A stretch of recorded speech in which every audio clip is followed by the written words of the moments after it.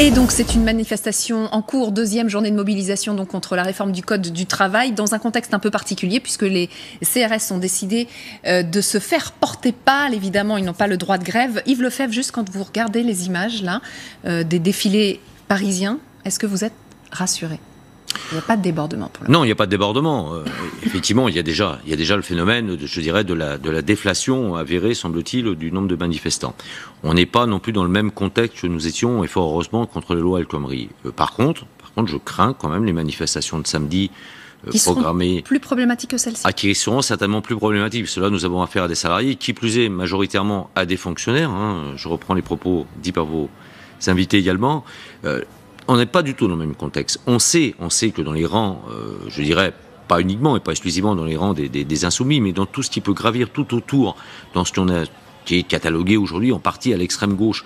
On a des gens qui viennent radicalement, c'était le cas pour les manifestations contre la loi El Khomri, et ça risque malheureusement d'être le cas lors des manifestations de samedi à l'appel de Jean-Luc Mélenchon, qui vont venir, encore une fois, pour casser du flic. Très clairement, et pour s'attaquer aussi à des biens publics ou à des biens bancaires.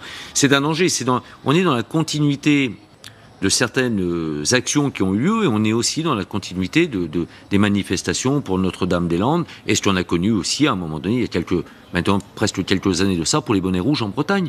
C'est le souci. Et les CRS seront là samedi ? Pas sûr, parce que, effectivement, près de 30 réunions, je crois, pour discuter sur les ordonnances. Jean-Claude Mailly, mon secrétaire général confédéral, lui, s'est félicité, pas des ordonnances, mais s'est félicité du dialogue social. Moi, je me plains du dialogue social au ministère de l'Intérieur. Alors, on va juste rappeler les faits. Visiblement, plus de 2500 CRS se sont fait porter pâle, justement, aujourd'hui, jour de grande manifestation. Alors, c'est une grève ? Non, c'est pas une grève, on n'a plus le droit de grève depuis 1948, donc c'est simplement l'expression d'un ras-le-bol, l'expression d'une fatigue, l'expression d'un refus de la défiance démontrée par le gouvernement et par notre ministre de tutelle Gérard Collomb. C'est-à-dire pas de dialogue social, vous le dénoncez, Vous savez, je suis informé le 19 juillet qu'une réunion va se tenir le 21 pour nous présenter un projet d'assujettissement de notre indemnité de déplacement, la fameuse IJAD des CRS. Alors, indemnité de déplacement, c'est-à-dire que vous avez une indemnité journalière. Tout à fait. À chaque fois que vous êtes en déplacement. Tout à fait. Chaque CRS de 39 euros. 39 euros par jour. Et ça date depuis 56 ans, 1961, qui jusqu'à présent n'a jamais été soumise à un quelconque prélèvement social et encore moins à une quelconque fiscalité. Et là, sous la pression de la Cour des comptes, sous la pression de la Cour des comptes. Voudrait... C'était déjà un projet qui était dans les cartons du gouvernement Hollande, de Manuel Valls et de Bernard Cazeneuve. Mais bon, face à une première fronde, ils avaient déjà reporté, on va dire, ils ont mis un peu à la broyeuse leur projet. Et là, le 21 juillet, on nous informe le 19 pour une réunion le 21, on nous présente un projet absolument pas ficelé, absolument pas maîtrisé, présenté sous la forme d'un amateurisme particulièrement affligeant. Et dès lors, on ne sait pas, nous, à Unité SGP Police Force Ouvrière, on ne s'est pas, je dirais, arc-bouté de suite. On a dit non, voilà, il y a des points qui ne vont pas, il faut sortir de là, mais expliquez-nous parce que vous commettez des erreurs. 21 juillet, 21 septembre, nous serons reçus sur cette thématique bien précise, 2 mois et 1 jour, parce que, en l'occurrence, Gérard Collomb nous reçoit demain matin à 7h30. Donc vous voyez, 2 mois et 1 jour, sans une once de début de dialogue social, pour essayer de comprendre, et surtout, les CRS sont employés, partent de chez eux, à peu près 200 jours par an. Ils ont des vacations quotidiennes qui dépassent souvent très largement les 12-14 heures. On les fait dormir dans des cantonnements, ce qu'on appelle des cantonnements, dans des lieux d'hébergement de l'administration déplorables. Preuve en était faite cette semaine, on n'a rien trouvé de mieux à faire que de les loger dans le même hôtel que des malheureux migrants qui avaient été délogés du camp de Sangatte le matin, quelques heures plus tôt. Ils se sont retrouvés dans le même hôtel. Donc imaginez la colère de mes collègues.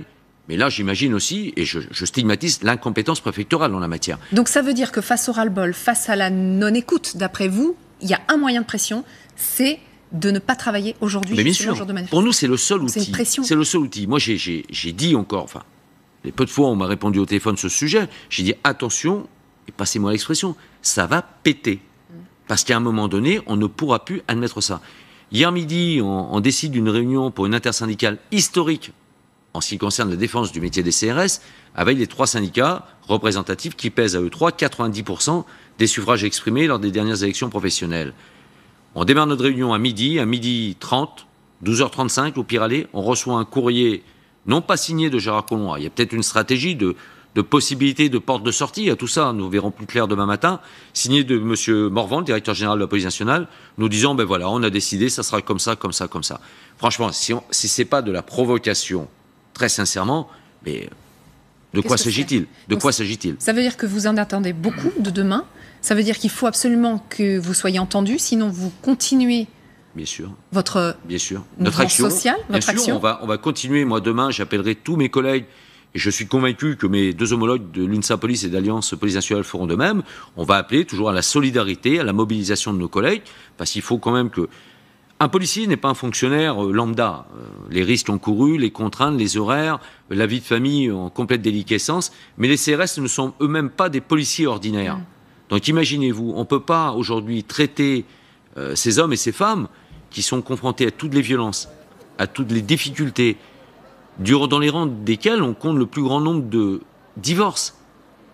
On ne peut pas aujourd'hui les considérer comme des fonctionnaires lambda. Il faut que là, je dirais même, c'est même plus Gérard Collomb, c'est même plus Édouard Philippe, mais il faut bien qu'Emmanuel Macron entende la colère de nos collègues. Nous, on ne lâchera rien. Sincèrement, quand je vous demandais si vous étiez rassuré en regardant ces images, vous espérez que ça se passe bien malgré l'absence des CRS? Bien sûr, déjà en tant que concitoyen, en tant que républicain, et qui plus est, en tant que responsable du syndicat de police, unité SGP Police, bien évidemment. Ce que je veux dire par là, c'est que vous prenez un risque. Le risque, c'est pas moi qui le prends, ni moi, ni mes deux collègues. Le risque, c'est Gérard Collomb qui l'a pris. Parce qu'on l'avait prévenu. On lui avait dit attention. Il y a eu un épiphénomène la semaine dernière. Il y a eu entre 500 et 600 collègues qui se sont fait porter pâle. Telle est l'expression. On a dit attention, c'est une première salve. Attention à la seconde. Et je dis attention à la troisième. Et on n'a pas besoin des JNA aussi pour entrer dans l'action. Donc à suivre demain matin avec la réunion avec Gérard Collomb. En tout cas, visiblement, les CRS sont remontés, il y a un gros malaise. Et vous aussi, vous participez d'une certaine manière à un mouvement social. Et donc peut-être épilogue demain matin avec le ministre de l'Intérieur. En attendant, mobilisation encore une fois aujourd'hui partout en France contre la réforme du Code du travail. Et pendant ce temps-là, Emmanuel Macron est à Marseille.